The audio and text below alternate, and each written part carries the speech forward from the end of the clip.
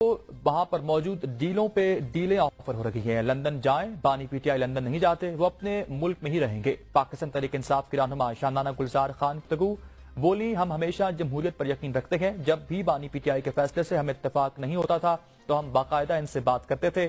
ہماری وہ پارٹی نہیں ہے کہ آپ سوال پوچھو تو سر کاٹ دیتی ہے. حکومت مفاہمت اور بات کرنا چاہتی ہے تو راستے بہت آسان ہیں. بانی پی ٹی آئی کا 3 پوائنٹ کا ایجنڈا ہے.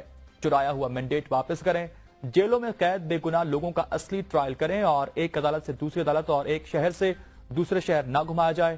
غیر قانونی ٹرائلز ختم کریں. شاندانہ گلزار خان نے مزید کیا کہا، آئیے آپ کو بھی سنواتے ہیں.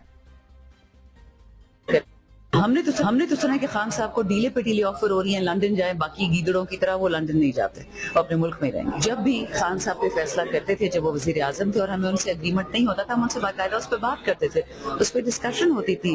جب اسد عمر صاحب کو وزیر خزانہ سے ہٹایا گیا، ہم نے تب بھی خان صاحب سے بات کی. الحمدللہ ہماری وہ پارٹی نہیں کہ اب سوال پوچھو آگے سر کاٹ دیتی ہے. یہ لوگ ہمارے پاس مفاہمت کرنا چاہتے ہیں، ہم سے بات کرنا چاہتے ہیں. رستے بہت آسان ہے. خان کا 3 پوائنٹ ایجنڈا ہے. چرائے ہوا مینڈیٹ واپس کریں. ہمارے جو بے گناہ بچے بچیاں خواتین ڈاکٹر یاسمین وغیرہ جیلوں میں ہے بے گناہ، ان کا اصلی ٹرائل کریں. یہ نہ ہو کہ ایک عدالت دوسری عدالت، ایک شہر دوسرا شہر، اور تیسرا جو ملٹری اللیگل ٹرائلز ہو ہمارے بچوں کے وہ ختم کریں. پھر بات ہی بات ہے.